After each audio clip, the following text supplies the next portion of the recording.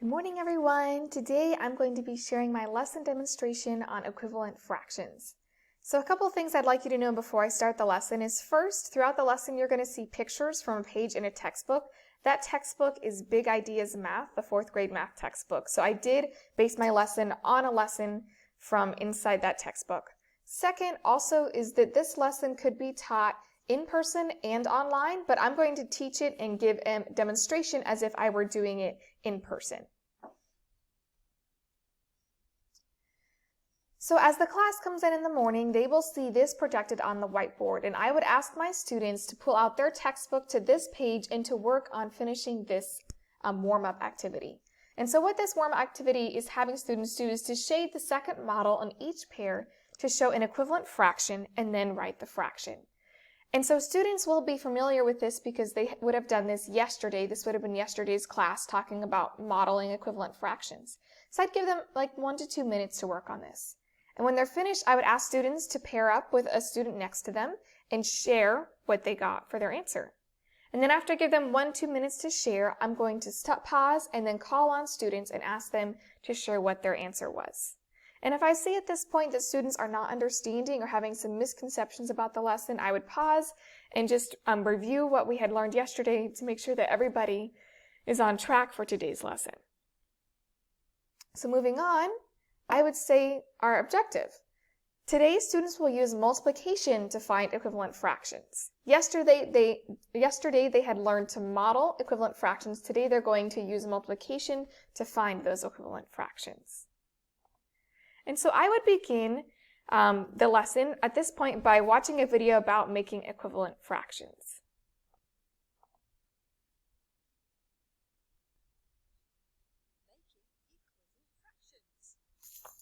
This is a must-have skill. With it, you will ace your fractions problems. If you're ready for this skill, then you've used fraction strips before. Here's a whole one. Let's fold it to make 2 halves. This whole is in quarters.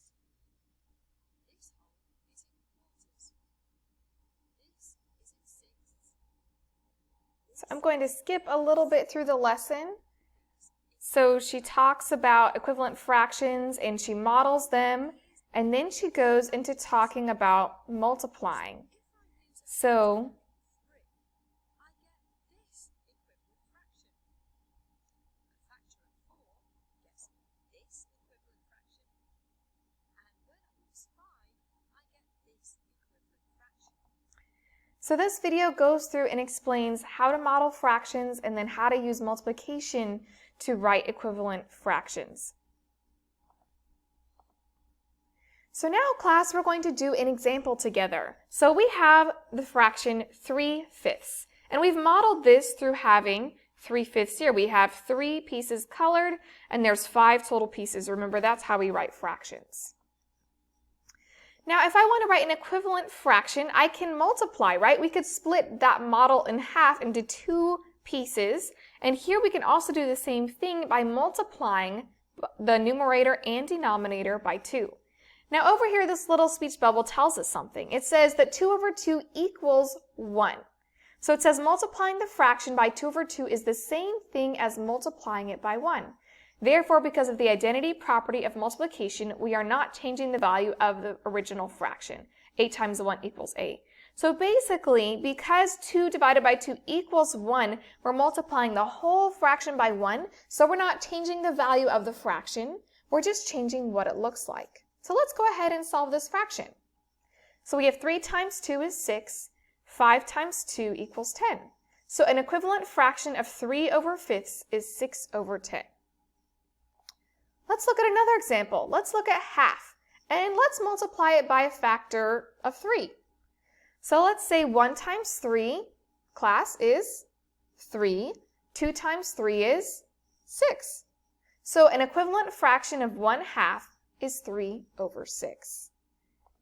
So after we had gone through those examples in the video, I would ask students to do this on their own. So I would have them turn to this page in their textbook, and I would have them complete these 4 problems on their own. So for these ones, class, you get to choose which factor you want to multiply by. You can multiply by 2, by 4, by 10, but you just need to find an equivalent fraction. And then I would ask students to complete 3 and 4 is to find out, oh, what equivalent fraction did they find here?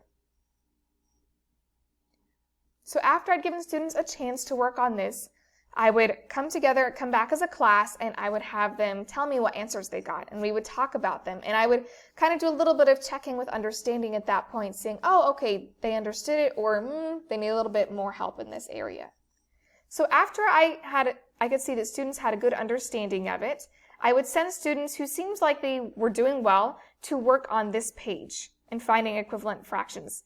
And those who still needed a little bit more help, I would keep behind, and I would do a couple more examples with them on how to find equivalent fractions. And so what I would tell them before sending them off is to give them directions. Tell them, okay, here you're going to count and find the equivalent fractions. Here, as it says, find an equivalent fraction. So I tell them they can decide what equivalent fraction they'd like to find. And down here, find 2. So I'd make sure they circle the 2 so that they know, all right, we have to find 2 equivalent fractions, not just 1.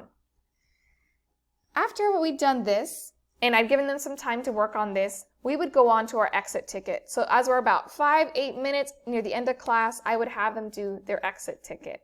So I'll show you that in just a minute.